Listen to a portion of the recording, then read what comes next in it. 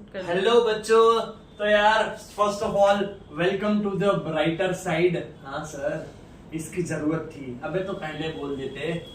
तो यार स्टार्ट करते हैं आज अपना सेकंड टॉपिक। बेटा अपन ने रिफ्लेक्शन ऑफ लाइट पे तो ऑलरेडी एक वीडियो बना दिया है, तूने देख भी लिया होगा, शायद ना देखा हो तो पहले वहां जा। इस वीडियो में हम light chapter, right, light reflection and refraction, जो तेरा एनसीईआरटी का चैप्टर है फिजिक्स का फर्स्ट, उसको कवर कर रहे हैं।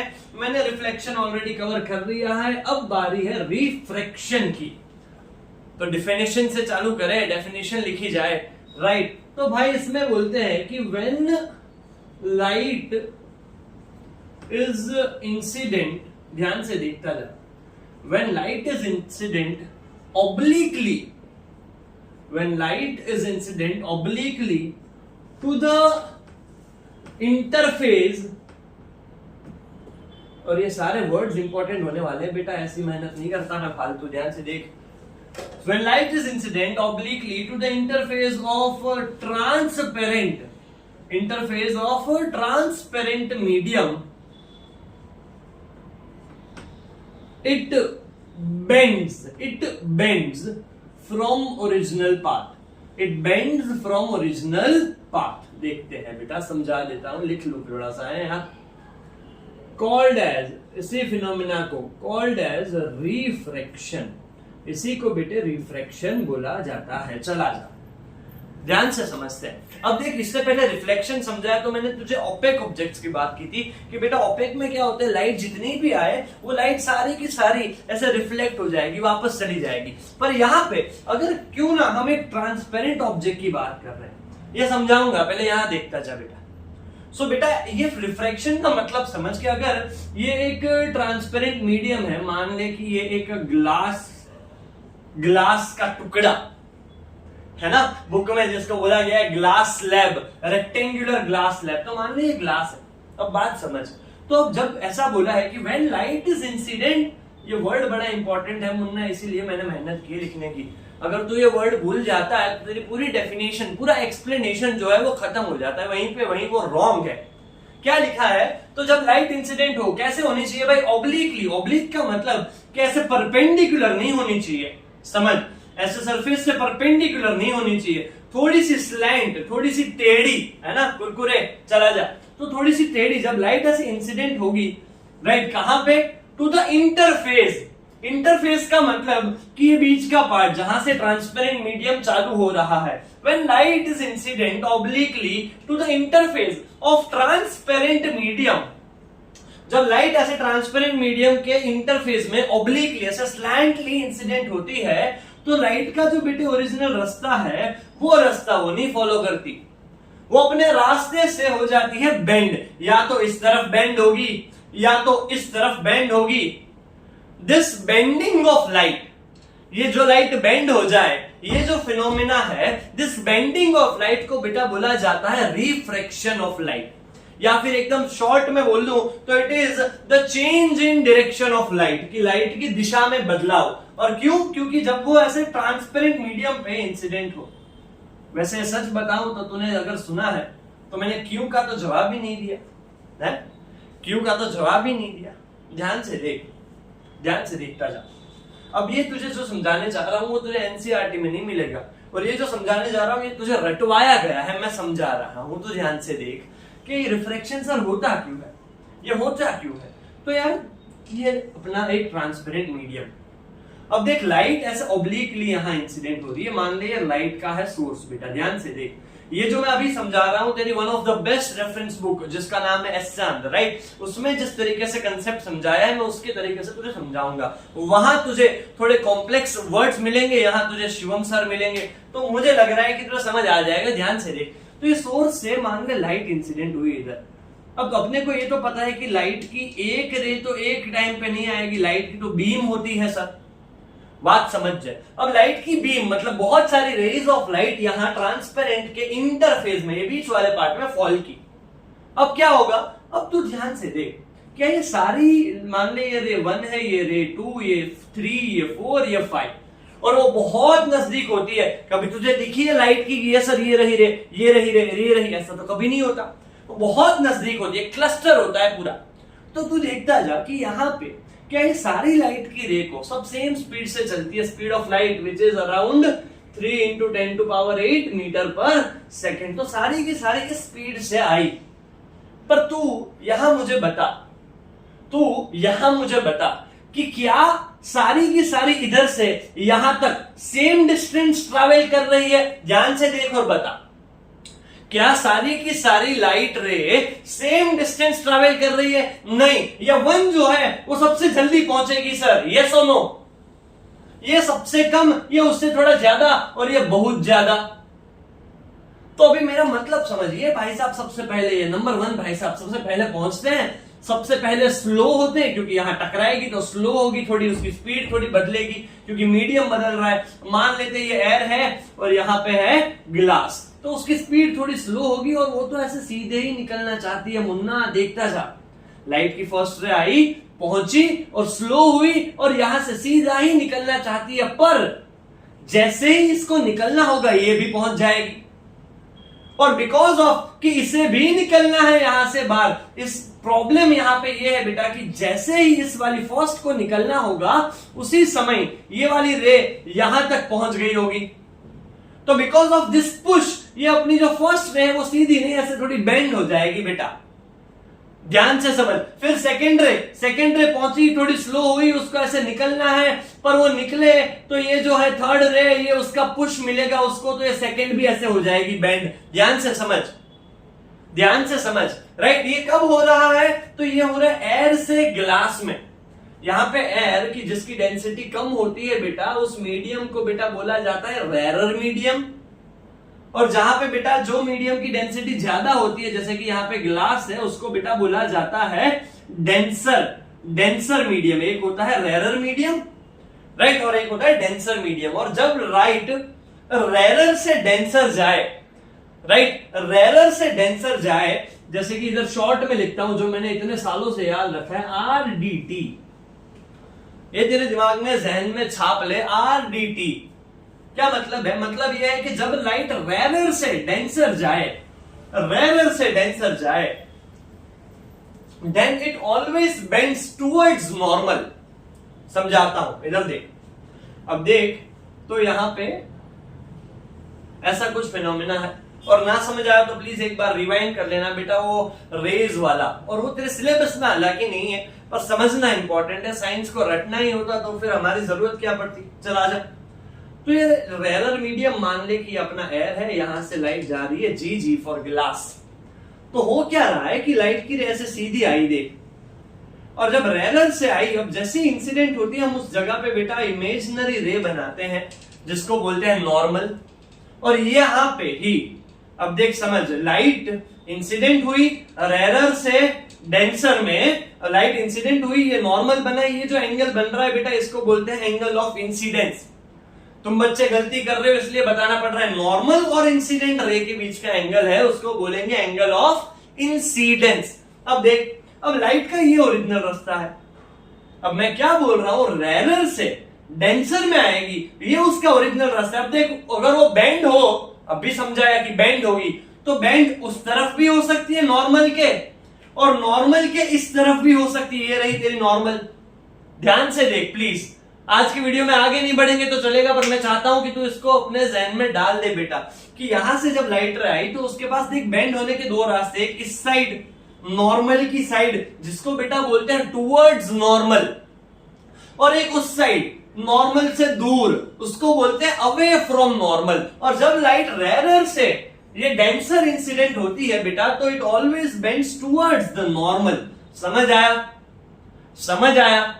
कैसे सर? ये धक्के की वजह से यार, वो मैंने रेरर से डेंसर में ही समझाया था। और अब जब ये डेंसर मीडियम से यहां से लाइट जब बाहर निकल रही है, अब ध्यान से समझ ला, यहां से लाइट रे जब बाहर निकल रही है, वापस तूने ये नॉर्मल बनाई, इसका देखते हैं। पहले यहां देख, तो ये एंगल ऑफ इंसिडेंस और नॉर्मल और ये जो रे है, इस रे को बेटा बोलते हैं रिफ्रैक्टेड रे।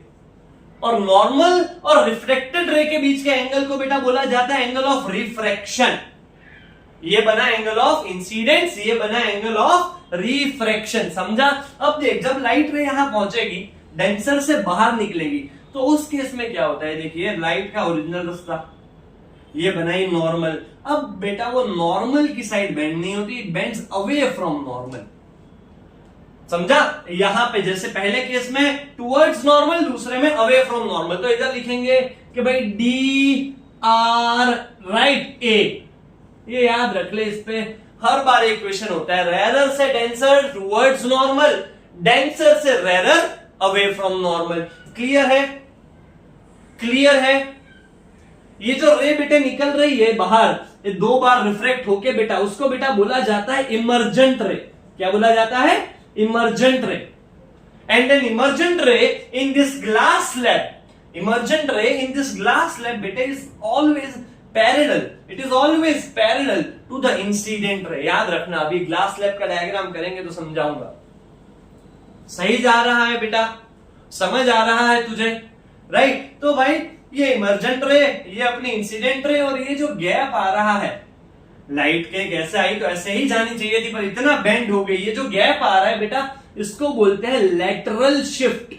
लेटरल शिफ्ट कि लाइट कितना अपने ओरिजिनल रास्ते से शिफ्ट हो गई, ये अपने को लेटरल डिस्प्लेसमेंट भी कहते हैं, कभी कभी, कभी कभी लेटरल शिफ्ट भी कहते हैं। Mostly lateral shift is the term used. क्या तू समझा? इसमें कोई डाउट है? राइट? और जब बेटा लाइट अगर ऐसे इंसिडेंट हो, ऐसे सीधा, ऐसे सीधा, तो बेटा वो सीधा ही जाती है। ऐसे सीधा मतलब मेरा कहने का है परपेंडिकुलर, क्योंकि उसमें सारी रे एक साथ पहुंचेगी, सारी रे एक साथ स्लो होगी और एक साथ बाहर निकलेगी। So when a light is incident in this way, मतलब कि जब लाइट ऐसे परपेंडिकुलर आए, जब परपेंडिकुलर इंसिडेंट हो, then there is no refraction. Last year का बोर्ड का क्वेश्चन, राइट? कि भाई कौन से केस में रिफ्रैक्शन नहीं होगा, तो ऐसा कुछ फिगर दिया था, यहां से देख कि ये ऐसे आई और ऐसे 90 डिग्री पे आई, तो ऐसे निकलेगी भी स्ट्रेट। क्लियर है? ये होता है बेटे refraction of light. This is the first part of the chapter जो पढ़ना पड़ता है। अगर तुझे ये समझ आ गया है तो let us move ahead, let us just talk something else. आगे बढ़ते हैं भाई। कैसी चल रही है वैसे एग्जाम की तैयारी? मुझे पता है तुम बच्चों की एग्जाम्स हैं या आ रही है, चली गई तो मैं लेट हो गया, आई एम सॉरी, पर शायद आने वाली है। और मेन तो बोर्ड है बे, तू पढ़ेगा तो बोर्ड में कुछ नहीं रहने दूंगा, वो पक्का। बोर्ड में तेरा स्कोर देख क्या आता है, मेन एम्बिशन तो बेटा वो है। उससे पहले क्योंकि इतने सारे स्कूल्स हैं, तुम सब इतने सारे हो, तो सबके पास पहुंचना अभी तो शिवम सर के लिए मुश्किल है, पर ध्यान देता जाए और विश्वास रख कि जिस दिन बोर्ड में जाएगा उससे पहले मिलके जाएगा, और उससे पहले क्या होगा वही पेपर में होगा, उसकी बात कभी और करेंगे। चल आ जा। तो ये क्लियर है भाई।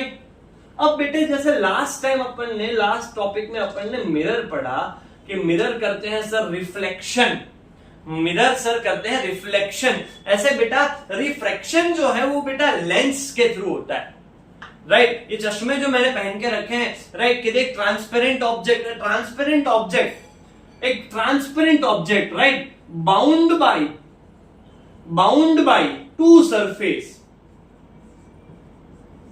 एक ऐसा ऑब्जेक्ट कि आगे भी ट्रांसपेरेंट हो, पीछे भी ट्रांसपेरेंट हो, वो वाले ऑब्जेक्ट को लेंस बोलते हैं। और अपने को यहां पे स्पेरिकल लेंस पढ़ना है। सबसे पहला वाला ये लेंस ये है जो मैंने अभी बनाया, सबसे पहला वाला लेंस ये है। ये वाला जो लेंस है बेटा कि जहां पे क्या हो रहा है, which is thinner at the edges, अपनी एजेस पे एकदम पतला सा है, and thicker in the middle, और मिडल वाले पोर्शन में थोड़ा सा थिक है, right? A lens which is thinner at the edges and thicker in the middle, इस वाले लेंस को बेटा बोला जाता है कॉन्वेक्स लेंस। सच बोलूं तो इसको डबल कॉन्वेक्स लेंस कहते हैं, क्योंकि दोनों साइड ऐसी कर्व्ड है।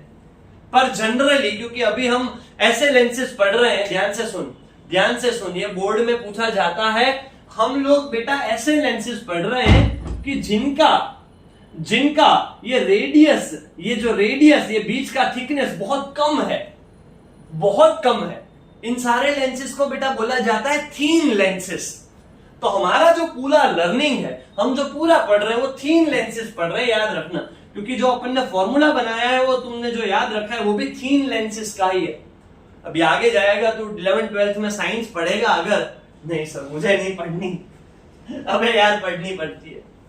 सो अगर तू आगे जाएगा तो तुझे पता चलेगा कि थिक लेंस, जब ये लेंस बहुत चौड़ा हो जाए, इसकी रेडियस ऑफ कर्वेचर ज्यादा हो, तो फॉर्मूला कुछ अलग आता है, वहां पे आता है लेंस मेकर्स फॉर्मूला, राइट। अभी तुझे थीन लेंस पढ़ना है, तो ये है अपना कॉन्वेक्स लेंस, और ये दूसरा बेटा आया कॉनकेव लेंस। अब ये कैसा है, तो ये थिकर है एट दी एजेस, ये एजेस पे थिक है और बीच वाले पार्ट पे थोड़ा सा थिन है।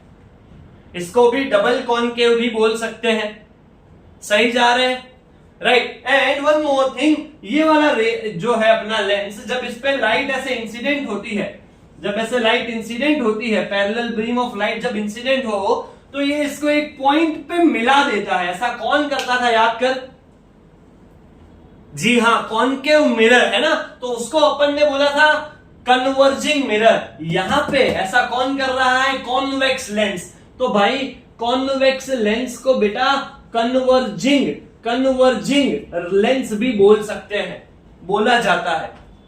बहुत बार तो क्वेश्चंस में देखेगा ऐसा लिखा होगा कन्वर्जिंग लेंस, डाइवर्जिंग लेंस, तो कन्वर्जिंग होता है कॉन्वेक्स।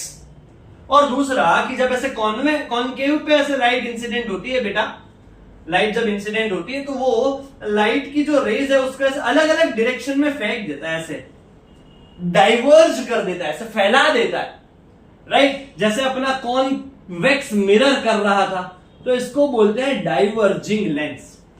देख ये उल्टा है, कॉनकेव मिरर कन्वर्जिंग है, कॉन्वेक्स लेंस कन्वर्जिंग है, समझा। कॉन्वेक्स मिरर डाइवर्जिंग है, कॉन्वेक्स और कॉनकेव लेंस डाइवर्जिंग है। मैं देख सिंपल बताता हूं, कितना कंफ्यूजिंग है, सच बता। मैं तुझे सिंपल तरीका सिखाऊं, देख ऐसा याद रख, कॉनकेव मिरर इज कन्वर्जिंग, और उसका उल्टा है लेंस में, खत्म बात। अगर कॉनकेव मिरर कन्वर्जिंग है तो कॉन्वेक्स कैसा हुआ, डाइवर्जिंग, और उसका उल्टा कर, कॉनकेव लेंस कैसा होगा, डाइवर्जिंग, तो कॉन्वेक्स लेंस कैसा होगा, कन्वर्जिंग। भाई ऐसा ही है, एक याद रखने, एक तीर मारना है, 3 निशान लगेंगे, देख, समझा, क्लियर है। आगे बढ़े, राइट। तो इन्हीं लेंसेज के बारे में बेटा अपने को पढ़ना है, इन्हीं के बारे में अपने को पढ़ना है, पर उससे पहले मैं तुझे वो टॉपिक पढ़ा दूं जिसका तुझे सबसे ज्यादा कंफ्यूजन है। मैंने ऐसा सुना है, मुझे जो मैसेजेस आए हैं, है ना, इंडेक्स, है ना, इंडेक्स, यस सर, इंडेक्स। आजा, तो आगे बढ़ते हैं बेटा थोड़ा सा। तो बेटा अभी रिफ्रैक्शन की बात कर ली, लेंस का थोड़ा इंट्रोडक्शन दे दिया, उसके बाद अब जैसे उसमें थे laws of reflection, I am sorry, ऐसे यहां पे है बेटा लॉज ऑफ रिफ्रैक्शन। चल देखते जा, यहां पे है बेटा लॉज ऑफ रिफ्रैक्शन, देखते हैं क्या होता है। फर्स्ट वाला वो कॉमन है दोनों में, वो इतना नहीं समझाऊंगा यार, कि incident ray, refracted ray and normal, incident ray, refracted ray and normal, क्या था उसमें भी, जी sir, all lie in a same plane, all lie in a same plane. तो ये तो ठीक है, याद भी रह सकता है, इतना कुछ नहीं है, पर सेकंड वाला इंपॉर्टेंट है। चल, तो ये बोलता है कि मैं सिर्फ लॉ लिख रहा हूं, formula, sin i by sin r is always constant, sin i by sin r is always constant। ध्यान से देख, और ये बहुत इंपॉर्टेंट टॉपिक है बेटा, तो प्लीज ध्यान से देख यार। ये लाइट की रे आई, ये नॉर्मल, मान ली ये एयर है, मतलब रेरर, और ये वाला डेंसर, रेरर से डेंसर टुवर्ड्स नॉर्मल, तो ऐसे उसका ओरिजिनल रास्ता था, ऐसे हो गई ये बेंड, चला जाए। अब ये वाला अपना बेटा बन रहा है जो ये आई एंगल ऑफ इंसिडेंस, ये वाला जो बन रहा है बेटा ये है आर एंगल ऑफ रिफ्रैक्शन। और वहां पे इन रिफ्लेक्शन तुझे याद है I is equal to R, angle I is equal to angle R था, पर इधर क्या होता है बेटा, अगर तू इस दोनों का साइन का रेशियो ले, है ना, अगर अभी तक नहीं पढ़ाया है स्कूल में, ट्यूशन में, ट्रिगोनोमेट्री तो आएगा बेटा, राइट, ट्रिग्नोमेट्री तुझे पढ़ाएंगे तो समझेगा तब कि there is something this sine cos. मेरी 2-3 लाइन से बेटा वो समझ नहीं आएगा, इसलिए मैं नहीं बोल रहा, वरना तुझे पता है कि मैं कहां तक समझा सकता हूं। तो ट्रिग्नोमेट्री में तुझे पढ़ाया जाता है कि साइन क्या होता है, अपोजिट बाय हाइपोटेनियस, है ना। तो साइन का जब दोनों का रेशियो है वो आता है कांस्टेंट, और वो हमेशा कांस्टेंट रहता है। बात समझ, या बात समझ। अब मान ले मैंने इसी जगह, इसी मीडियम में अगर ये इंसिडेंट एंगल ऐसे छोटा कर दिया, पहले इतना था आई था, अब मान ले इसको मैंने I/2 कर दिया, तो भी बेटा sine I by sine R की वैल्यू जो पहले आई वही आएगी। बात समझा, बात समझा, राइट। अगर मान ले यहां पे फर्स्ट केस में मैंने ऐसे एंगल, जो भी एंगल रखा, जो भी इंसिडेंट एंगल रखा, राइट, उससे मुझे जो भी एंगल ऑफ रिफ्रैक्शन मिला, उन दोनों का जब साइन का रेशियो लूंगा, sine I by sine R, तो उसकी बेटा एक वैल्यू हो जाएगी फिक्स। फिर तू कितने भी इंसिडेंट एंगल चेंज करता रहे, एंड जस्ट वेरीफाई दिस कि sine I by sine R की वैल्यू क्या आ रही है, तो वो हर बार कांस्टेंट ही आएगी। इसको बेटे बोला जाता है Snell's law, Snell's law, Snell's law of refraction. और ये जो रेशियो, ये जो कांस्टेंट आ रहा है बेटा, ये जो कांस्टेंट आ रहा है, बढ़िया ध्यान देना, इस कांस्टेंट को बेटा बोला जाता है रिफ्रैक्टिव इंडेक्स। इस कांस्टेंट को बेटा बोला जाता है रिफ्रैक्टिव इंडेक्स, राइट। और देख यार, समझाता हूं, ध्यान से देख प्लीज, पर मैं तुझे सही तरीके से बताना चाहता हूं, तो प्लीज अब तेरा फोकस अच्छे से रखना यार, प्लीज अच्छे से फोकस रखना। इतना क्लियर है, राइट। अब रिफ्रैक्टिव इंडेक्स समझा रहा हूं, प्लीज तेरा फोकस लूज मत कर, just be here with me for the next 10 minutes and you see the magic. देखता जा। चलो भाई, तो बेटा मैं क्या बोल रहा था कि अब जैसे देखिए कि लाइन बनाई, ये लाइट की रे आई, ओके, और ऐसे बेंड हो गई, ध्यान से देखिए आर, और ये मेरा इंसिडेंट एंगल आई। अब क्या होता है बेटा, ध्यान से देख, रिफ्रैक्टिव इंडेक्स अपने को ये बताता है, रिफ्रैक्टिव इंडेक्स अपने को ये बताता है कि ये मीडियम इस लाइट को कितना बेंड करेगा। अब बात समझ, अगर ये लाइट जैसे, ध्यान से सुनना प्लीज, ये लाइट एयर से पहले ग्लास में गई, समझ जाए, एयर थी ग्लास में आ गई, राइट। अब जितना एंगल ऑफ इंसिडेंस तूने एयर में रखा और जो तुझे रिफ्रैक्शन का एंगल मिला, समझ बात को, मतलब मेरा कहने का ये है कि जितनी लाइट एयर से ग्लास में जाते हुए बेंड हुई, अगर तूने ये सेम एक्सपेरिमेंट वापस दोहराया फ्रॉम एयर टू वाटर, तो क्या तुझे उतना ही लाइट का बेंडिंग दिखेगा? क्या वहां पे भी एंगल सेम आएगा? नहीं आएगा भाई, कभी नहीं आएगा। फिर तूने किया कि भाई इसमें एयर से ऑयल या वाटर से ऑयल, तो हर बार तू देखेगा कि लाइट जो है वो अलग अलग एंगल्स पे बेंड हो रही है। तो बेसिकली हर मीडियम की कुछ कैपेसिटी है, एयर की कुछ कैपेसिटी है, कुछ ग्लास की कैपेसिटी है, कुछ वाटर की कैपेसिटी है। क्या कैपेसिटी है कि वो लाइट को कितना कितना बेंड कर सकता है अपने ओरिजिनल पाथ से, वो कैपेसिटी बेटे हम लोग बताते हैं in terms of refractive index. समझ बात, जैसे तुझे ये तो पता है कि डायमंड की सबसे ज्यादा है 2.42, तो मतलब है कि लाइट जब डायमंड में इंसिडेंट हो सबसे ज्यादा बेंड होगी। बात समझ रहा है, बात समझ रहा है। अब देख यहां पे एक एग्जांपल लेते हैं, ये एयर है, ये ग्लास है, तो अभी एयर की रिफ्रैक्टिव इंडेक्स मान ले मैंने लिखा N1, ग्लास की रिफ्रैक्टिव इंडेक्स मान ले मैंने लिखा N2। तो यहां जब N1/N2 करेगा ना बेटा, N1/N2 करेगा ना बेटा, तो इधर बेटा इसको कैसे लिखेंगे N1/N2 को, तो इसको ऐसे लिखते रहे N1/N2 को ऐसे लिख, N12 के रिफ्रैक्टिव इंडेक्स, N को पढ़ते हैं refractive index of 1 with respect to 2। समझ बात, मतलब लाइट जब एयर से ग्लास में आए तो तू ऐसे लिखेगा N12, जिसका फुल फॉर्म होता है N1/N2, मतलब रिफ्रैक्टिव इंडेक्स ऑफ बता, right. So it is N1/N2, मतलब कि refractive index of air with respect to glass. अब इसका फॉर्मूला जो आता है बेटा, वो आता है हर बार V2/V1। तुझे जो याद रखना है, जो समझना है, वो ये है कि N1/N2 जो मीडियम से लाइट आई, जो मीडियम में गई, N1/N2 is always equal to V2/V1। बात को समझ, जैसे कि अगर मैं इधर लिखता कि भाई Ng/Nw, रिफ्रैक्टिव इंडेक्स ऑफ जी मतलब ग्लास, Nw मतलब रिफ्रैक्टिव इंडेक्स ऑफ वाटर, जब इन दोनों का रेशियो लेगा तो इज इक्वल टू में आएगा Vw/Vg, मतलब कि भाई velocity of light in glass, sorry with in water divide by velocity of light in glass. समझने की ट्राई कर बेटा, आई वांट कि तू इसको अच्छे से समझ ले। मेरा कहने का मतलब ये है कि ये जो रिफ्रैक्टिव इंडेक्स है वो इनवर्सली प्रोपोर्शनल होती है बेटा, इनवर्सली प्रोपोर्शनल होती है बेटा स्पीड ऑफ लाइट से। जितनी स्पीड ऑफ लाइट कोई मीडियम में कम, उतनी उसकी ज्यादा रिफ्रैक्टिव इंडेक्स। समझ रहा है? या फिर ऐसा बोल दे कि डायमंड की रिफ्रैक्टिव इंडेक्स सबसे ज्यादा है, तो उसका मतलब है कि लाइट की स्पीड डायमंड के अंदर सबसे स्लोएस्ट होगी। समझ रहा है? रिफ्रैक्टिव इंडेक्स बेटा ये बताता है कि भाई अगर लाइट कोई मीडियम में इंसिडेंट हो रही है, लाइट कोई भी मीडियम में अगर इंसिडेंट हो रही है, तो वो लाइट कितना बेंड होगी, कितना एंगल से अपना रास्ता चेंज करेगी, वो उस पर्टिकुलर मीडियम की रिफ्रैक्टिव इंडेक्स से पता चलता है। क्लियर है? क्लियर है?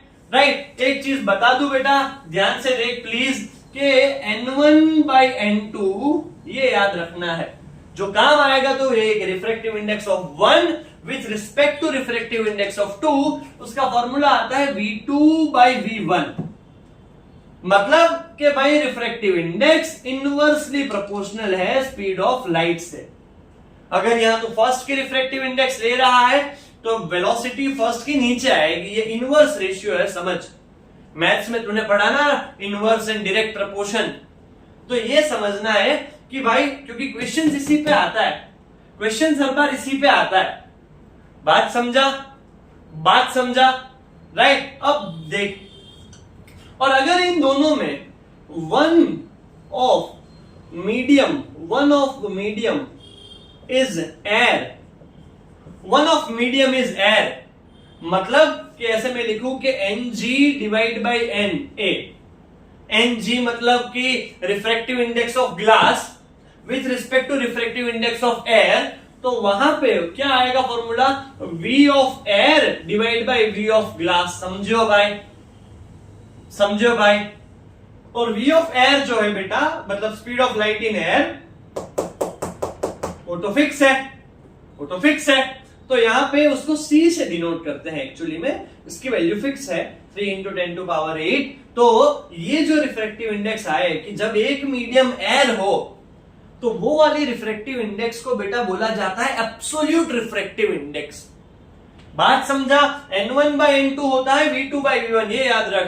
तुझे जो दो मीडियम बोले उनका रेशियो ले, मतलब ग्लास बाय वाटर तो वेलोसिटी में आएगा water bye glass, air by oil तो वेलोसिटी में आएगा oil by air. Inverse ratio है बेटा। और ये कि जब एक मीडियम एयर हो, जब दोनों में से एक मीडियम एयर हो, तो जो रिफ्रैक्टिव इंडेक्स को निकालता है बेटा, उसको बोलते हैं absolute refractive index, absolute refractive index. और ये जो तेरे बुक में टेबल है, वो पिंक कलर वाला जिसमें अलग अलग चीजों की रिफ्रैक्टिव इंडेक्स लिखी है, जैसे मैंने लिखी थी 2.42, वो टेबल तुझे याद नहीं रखना है, पर वो टेबल में सारी वैल्यू जो है वो एब्सोल्यूट रिफ्रैक्टिव इंडेक्स है। सबकी रिफ्रैक्टिव इंडेक्स नापी है, पर रेफरेंस यहां एयर को रखा है, क्योंकि एयर की बेटा जो रिफ्रैक्टिव इंडेक्स है, ऐसे तो 1.0000032 समथिंग है, पर हम उसको 1 मानते हैं। समझा? तो देख यहां Na की जगह 1 आ गया, तो यहां पे ग्लास की ये होगी एब्सोल्यूट रिफ्रैक्टिव इंडेक्स। क्लियर है भाई? क्लियर है? This is all about refractive index and I hope कि ये तुझे समझ आया है। तुझे समझने में दिमाग जो लगाना है वो इतना सा है कि इट इज इनवर्सली प्रोपोर्शनल बेटा to the speed of light, and N1/N2 is equals to V2/V1। Right, पहले की इंडेक्स डिवाइड बाय दूसरे की इज इक्वल टू दूसरे की स्पीड डिवाइड बाय पहले की। सही है? सही है? राइट। चलो फिर तो आगे चले, आजा। रे डायग्राम्स बेटा इस वाले में नहीं करवा रहा हूं, because it will be much longer, तो फिर हम इसमें वो नहीं कर रहे हैं, जैसे लास्ट वाले में भी नहीं किया, इसमें सिर्फ रिफ्रैक्शन कवर कर रहे हैं। अब बेटा बोर्ड वालों का favourite topic refraction through a glass slab. ये मैंने हालांकि इस वीडियो में ही बता दिया तुझे आइडिया, पर ध्यान से देख, ये पूछा जाता है, बहुत फालतू सा है यार, 2-4 बार प्रैक्टिस कर लेना सिर्फ वीक में, तो बोर्ड में सीधा छाप के आएगा। इतना इंपॉर्टेंट भी है पर इजी है, ध्यान से देख। अब मैंने क्या किया, ये एयर है और ये है ग्लास, यहां से लाइट आई, इंसिडेंट हुई, ध्यान से देख। अब इंसिडेंट होने के बाद ये अपन ने बना दी नॉर्मल, ठीक है। अब नॉर्मल बनाने के बाद क्या हो रहा है कि ये तो रेरर से डेंसर आई है ना, तो ये उसका ओरिजिनल रास्ता, ओरिजिनल में तो नहीं आएगी, थोड़ी सी बेंड होके ऐसे मान ले यहां पे आके पहुंची इधर। अब ये वाला अपना तेरे को पता ही है कि ये होगा एंगल ऑफ इंसिडेंस, और ये वाला अपना जो है बेटा ये होगा angle of refraction. I1 R1 बोल दिया मैंने, समझ बात को है, राइट। पहले इंसिडेंट रे बनाई, उसको स्ट्रेट बना दिया, रिफ्रैक्ट हुई, यहां पहुंची, अब इस जगह वापस, है ना। अब डेंसर से रेरर जा रहा है बेटा, अब डेंसर से रेरर जा रहा है तो नॉर्मल की साइड नहीं बेंड होगा, अब अवे फ्रॉम नॉर्मल बेंड होगा, समझा। और यहां पे ये इंसिडेंट एंगल और ये वाला रिफ्रैक्शन एंगल, ये I2 और ये R2, और ये वाला जो है पूरा बनाया हमने। इसमें ये रे जैसे मैंने पहले बताया, इसको बोलते हैं इमर्जेंट रे, राइट। ये तो इमर्जेंट रे, सॉरी यस, सो ये वाली होती है अपनी इमर्जेंट रे, और ये इंसिडेंट रे का ओरिजिनल पाथ। ये इमर्जेंट रे, ये इंसिडेंट रे का ओरिजिनल पाथ, और ये दोनों के बीच का गैप जिसको तू बोलेगा लेटरल शिफ्ट, बरोबर है, राइट। फिगर बनाने में ध्यान रखना है बेटा। और यहां पे देख, अभी भी तुझे अगर कोई कंफ्यूजन है रिफ्रैक्टिव इंडेक्स में मुन्ना, तो इधर इन दोनों का sine I by sine r करेगा, उसकी वैल्यू जो आएगी वही वैल्यू इसकी भी sine I by sine r आएगी। हालांकि दोनों में एंगल्स अलग है, क्योंकि रिफ्रैक्टिव इंडेक्स हमेशा जब दो मीडियम फिक्स हो तो वो फिक्स होती है भाई, क्लियर है, इसमें कोई डाउट है इसको। अब क्योंकि वो पुराने टॉपिक में इसी को समझाया है बेटा, तो अभी इतना भाव देने की जरूरत नहीं है। आई जस्ट वॉन्ट के ग्लास स्लैब जब भी तू बना तो इमर्जेंट और इंसिडेंट दोनों पैरेलल होनी चाहिए, वो दिखना चाहिए, एग्जामिनर चेक करता है। लेटरल शिफ्ट मार्क किया होना चाहिए, I1 I2 R1 R2 वो मार्क किए होने चाहिए। और याद रख, एंगल हमेशा नॉर्मल से मेजर होता है, ठीक है, क्लियर है। आगे बढ़े भाई, चल फिर यार। सो यहां पे बेटा अभी लेंस की तो हम बात कर रहे थे, तो अभी लेंस की कुछ टेक्निकल टर्म्स देख लेते हैं यार। जैसे मिरर की लास्ट वीडियो में देखी थी, ना अपन ने कुछ टेक्निकल टर्म, सेंटर, रेडियस, ये वो, तो ये लेंस रखाया मैंने, आइडियल, कॉन्वेक्स है। पहले तो उसके सेंटर की बात करें, इसको O से डिनोट करते हैं, और इसको बेटा बोला जाता है ऑप्टिकल सेंटर। क्या बोलेंगे? Optical centre. सारे मेजरमेंट उधर पोल से हो रहे थे, यहां पे ऑप्टिकल सेंटर से होते हैं, बस यही एक फर्क है दोनों के साइन कन्वेक्शन का। बाकी उसमें भी ऑब्जेक्ट लेफ्ट में ही लगाते हैं, इसमें भी ऑब्जेक्ट लेफ्ट में ही लगाते हैं। लेफ्ट में सारे डिस्टेंसेस नेगेटिव, राइट में सारे डिस्टेंसेस पॉजिटिव, हाइट ऊपर पॉजिटिव, हाइट नीचे नेगेटिव, यही सारी चीजें होनी है। बस तू कुछ सिंपल सी टर्म समझ ले। अब ये वाला बेटा यहाँ पे देख, ऑब्जेक्ट ने अपन इस साइड लगाते, पर ये देखिए दो स्पीयर से बना है ना, ऐसे कुछ होता है यार। ये एक स्पीयर, दूसरा स्पीयर, तो ये वाला है, ये वाला बनाया मैंने देख, और ये वाला बना है। स्पीयर की जो स्पीयर का जो सेंटर होगा बेटा, इस वाले स्पीयर का, उसको नाम दिया C1 सेंटर ऑफ कर्वेचर।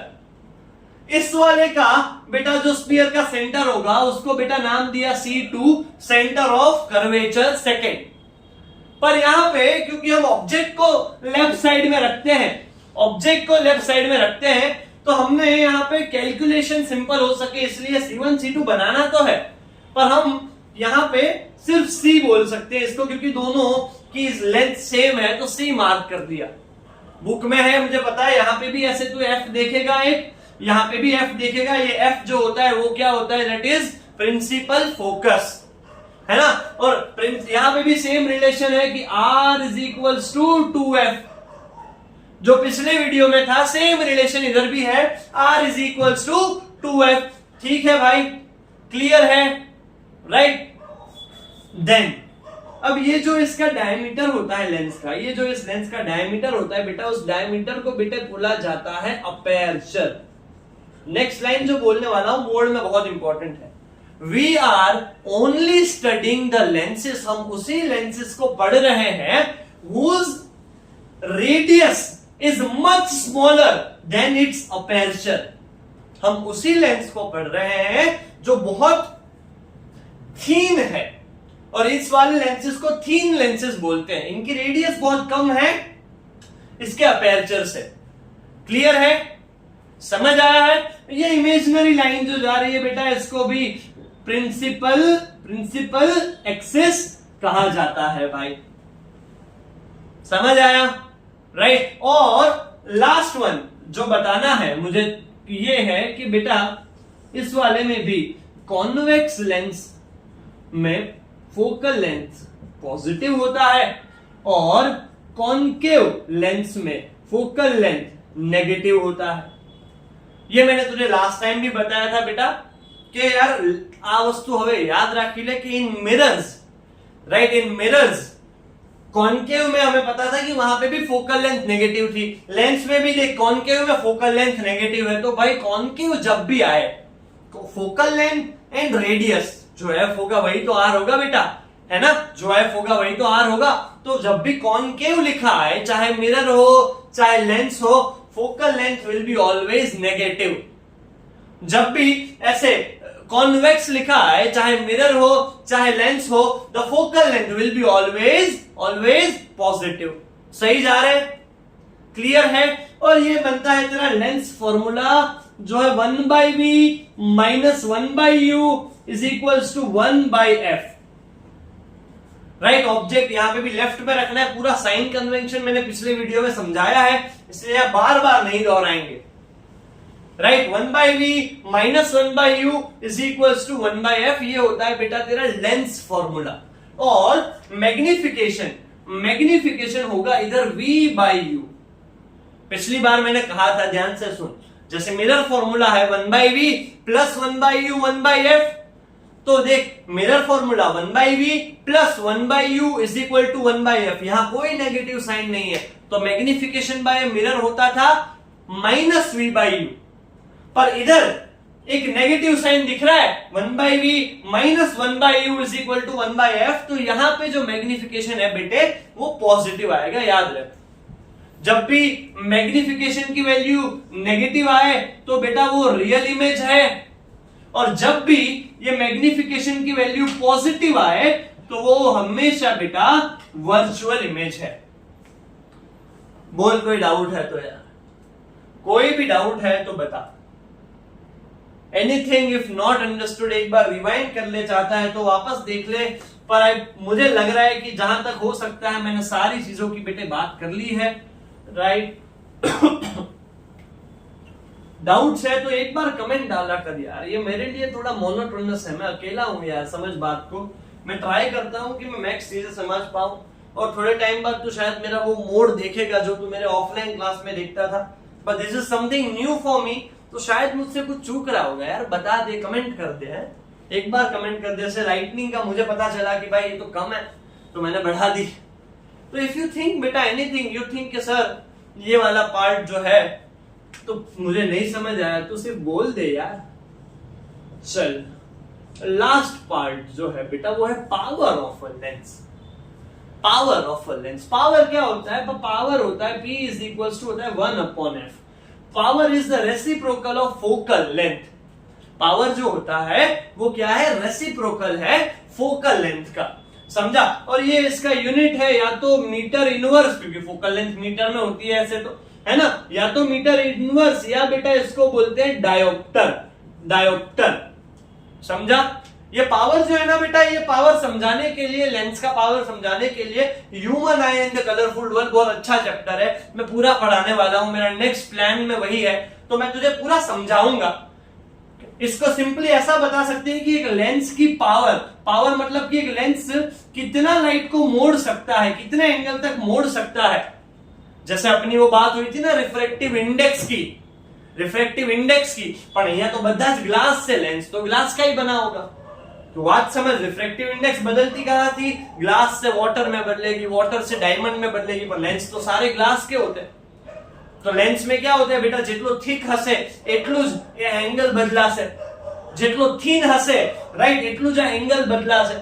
तो एक लेंस कितना बेंड कर सकता है लाइट को, कितना लाइट को कन्वर्ज या कितना डाइवर्ज कर सकता है, वो उसके पावर से एक्सप्रेस कर सकते हो। बात समझ रहा है, ये जो चश्मे का पावर होता है ये वही है बेटा, ये वही है बेटा, ध्यान से देखता जा। और यहाँ पे पावर, अगर ये लेंस तेरा कॉनकेव है तो क्योंकि फोकल लेंथ कॉनकेव की नेगेटिव होती है, अभी बताया, तो पावर भी नेगेटिव होगा कॉनकेव लेंस के लिए। अब बात समझ जाओ, मुझे पता है तुझे नेगेटिव नंबर है, मुझे भी नेगेटिव नंबर है यार, ये पावर नेगेटिव है, वो वही वाला है बेटा, हम सबने कॉनकेव लेंस पहने राइट। और ऐसे ही the power of the convex lens is positive भाई, है ना, क्योंकि उसकी फोकल लेंथ पॉजिटिव है। ये याद रखना खास, ये मीटर इनवर्स और ये dioptre, dioptre is the SI unit for the power. अगर तेरे को ऐसा दिया है कि भाई 5 लेंस है तो 3 लेंस है, -5 डियोप्टर +2 डियोप्टर +1 डियोप्टर, तीनों को जोड़ दिए तो अभी टोटल पावर कितनी आ रही है। तो याद रखना बेटा कि अगर ऐसे कभी भी क्वेश्चन आए, कभी भी क्वेश्चन आए, तो ऐसा होता है यार कि पावर हर बार ऐड होती है साइन के साथ। पावर टोटल जब तुझे पूछे तो वो ऐड होती है नॉर्मली अलजेब्रिकली साइन के साथ। जैसे इधर होगी -5 +2 +1, है ना, तो कितना बचा 3 और -5 +3 -2 डियोप्टर।